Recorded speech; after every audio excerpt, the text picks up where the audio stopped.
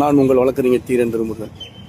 நம்ம மீனவர்களுக்காக மீன்பிடி தடை காலத்தில் 20,000 உயர்த்து கொடுக்க சொல்லி ஒரு வழக்கு போட்டிருந்தோம் நம்ம நாம் தமிழர் கட்சி சார்பாக.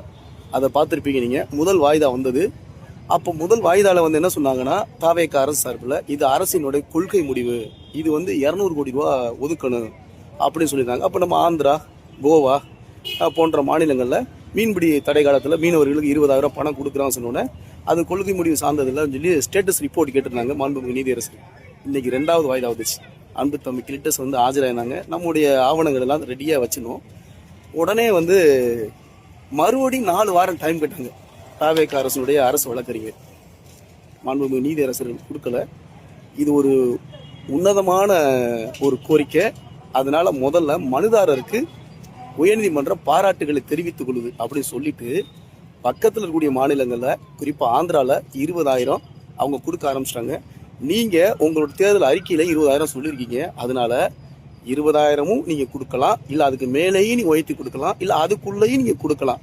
அது உங்கள் கொள்கை சார்ந்தது. அதனால உங்களுக்கு 4 வாரம் டைம் கிடையாது. இந்த இதுக்குள்ளே நீங்கள் வந்து ஒரு மீனவர்களுக்கான தொகையை நீங்கள் ஃபிக்ஸ் பண்ணுங்க அப்படின்னு சொல்லி டைரக்டாகவே ஆர்டர் போட்டாங்க மாண்புமிகு நீதியரசர்கள்.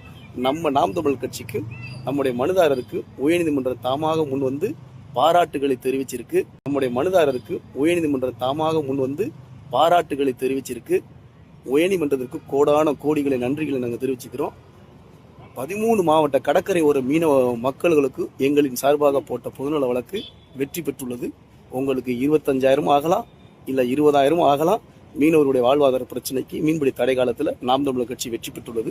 இதற்காக கடுமையாக உழைத்த எனது அன்பு இளவல்கள் தீரன், என்னுடைய ஆர்த்தி, என்னோட அன்பு தம்பி கிளிட்டஸ், அனைவருக்கும் நன்றி நன்றி நன்றி.